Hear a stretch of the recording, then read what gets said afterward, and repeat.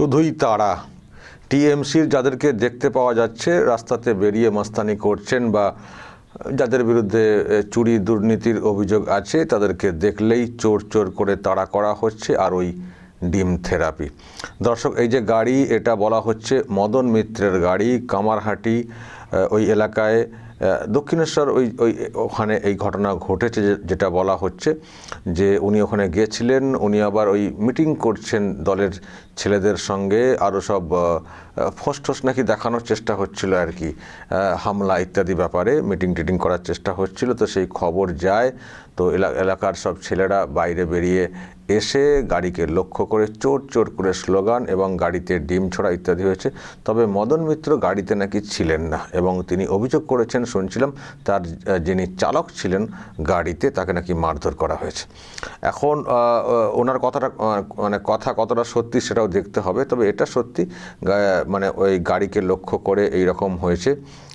মানে মারামারির জায়গাটা, মানে ড্রাইভারকে মারা ওটা দেখতে পাচ্ছি না, কিন্তু ঢিল ছোড়া বা ডিম ছোড়া এটা কিন্তু হয়েছে। এটা তো এখন একটা কমন একটা থেরাপি হয়ে গেছে। টিএমসির লোকজনদেরকে দেখলে চোর চোর স্লোগান আর ডিম ছোড়া এটা কিন্তু কমন হয়ে গেছে। সেই জন্যই তো দেখছেন না অনেকে নতুন ব্লগ তৈরি করছেন টিএমসি, যাতে করে এই থেরাপি থেকে বাঁচা যায়। তারাও যে কতজন বাঁচবেন দর্শক, সেটা নিয়ে প্রশ্ন রয়েছে, কারণ যা ক্ষোভ রয়েছে।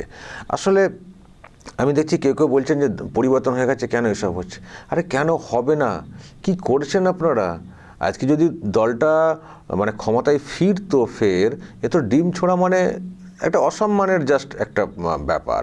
ওরা তো ইট পাটকেল গুলি এইসব ছুঁড়তো, তো লোহার রড দিয়ে মারতো, তো সেরকম তো কিছু হয়নি। কিছু চোর স্লোগান সম্মানের আঘাতের একটা ব্যাপার থাকতে পারে, কিন্তু টিএমসি লোকেদের সম্মান আছে, আঘাত লাগার মতো আছে কি দর্শক?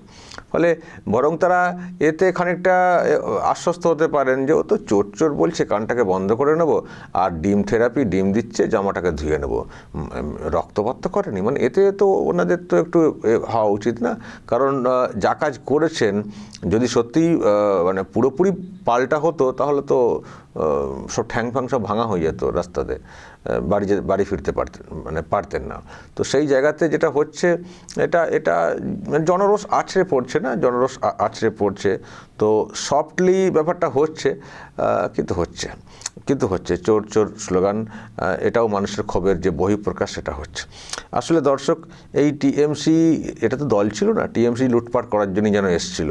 তো লুটপাট তারা করেছেন এবং তারা ভেবেছিলেন, যারা করেছিলেন দলটা, যে মনে হচ্ছে মানে এইরকমই চলে যাবে। তারা হয়তো ভেবেছিলেন সেটা, দল যে চেঞ্জ হতে পারে, মানে সরকার যে পড়তে পারে, এটা যেন তারা ভাবতেই পারেনি। মানে এতটাই উন্মাদ হয়ে গেছিলেন এবং ক্ষমতা পেয়ে তারা এতটাই মানে যা ইচ্ছা তাই করেছেন, এবং তাদের মনে মানে হয়তো এটা আসেনি যে ক্ষমতার পরিবর্তন হয়ে গেলে কী হবে।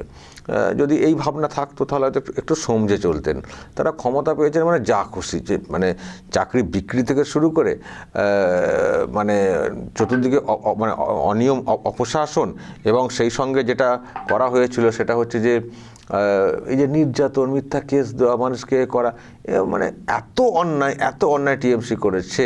ফলে এদেরকে না কেউ ভালো চোখে দেখতে পারছেন না।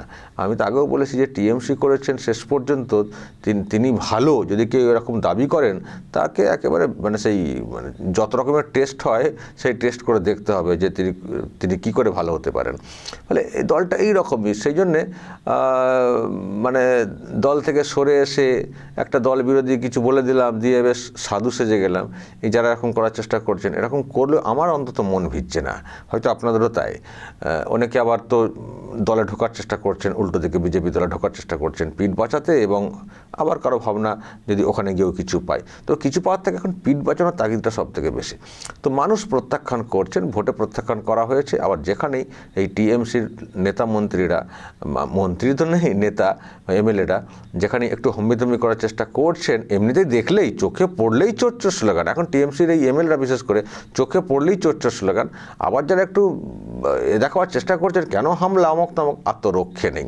তো উনি ওই একটু মদ অন রাতের দিকে গেছিলেন হয়তো একটু গাড়ি দেখাতে, তো ব্যাস খবর পেয়ে গেছেন এলাকার ছেলেরা, কামারহাটি দক্ষিণেশ্বর ওই এতে যে খবর পেয়ে গেছেন, ব্যাস ওনাকে পাওয়া যায়নি, গাড়িটা পেয়ে পাওয়া গেছে, গাড়িতেই এরকম করে দেওয়া হয়েছে।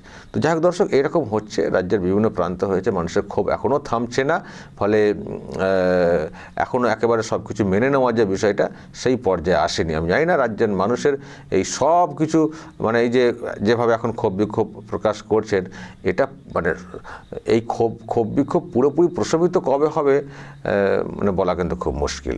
গোটা রাজ্য জুড়ে যেভাবে চলছে, তার মধ্যে আবার ধরপাকড়ও প্রচুর হচ্ছে, কিন্তু মানুষের ক্ষোভ থামছে না। আসলে এর জন্য দায়ী, আবারও বলছি, তৃণমূল কংগ্রেস। তারা এমন করেছে, এমনভাবে দলটাকে চালিয়েছে গোটা রাজ্যের।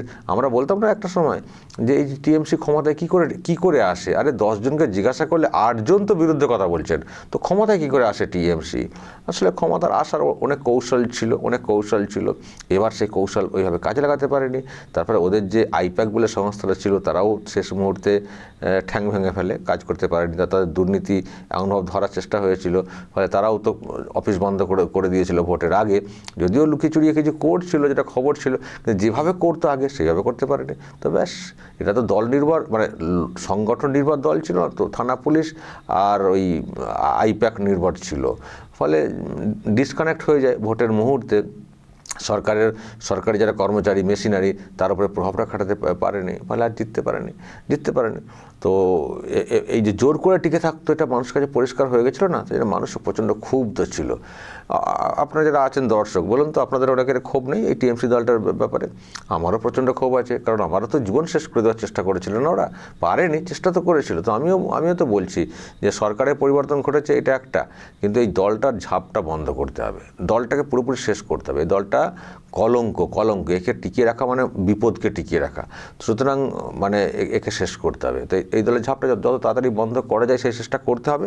মানুষ ভোট বাক্সের মাধ্যমে বুঝিয়ে দিয়েছেন, পরের ভোটটাতে আরও পরিষ্কার হয়ে যাবে। তবে এরা বলছে না, আমরা এখনও দাঁড়াবো। আলাদা ব্লক হয়ে কিছু মানুষ ওদিকে সরে গেছেন, কিছু এমএলএ। মদন মিত্র আবার এখনও দিদির সঙ্গেই রয়েছেন, দিদির সঙ্গে ধর্নাতে বসেছিলেন। উনি আবার এই সময় মদন থেকে আবার বিরাট মাস্তান আর কি সাজার চেষ্টা করছেন। ওনারা নাকি দলটাকে ফের জিইয়ে রাখবেন বা আবারও সামনের সারিতে আনবেন। তো ঠিক আছে, আশা নিয়ে চলছেন বটে, আশাটা মনের মধ্যে থাকাই ভালো।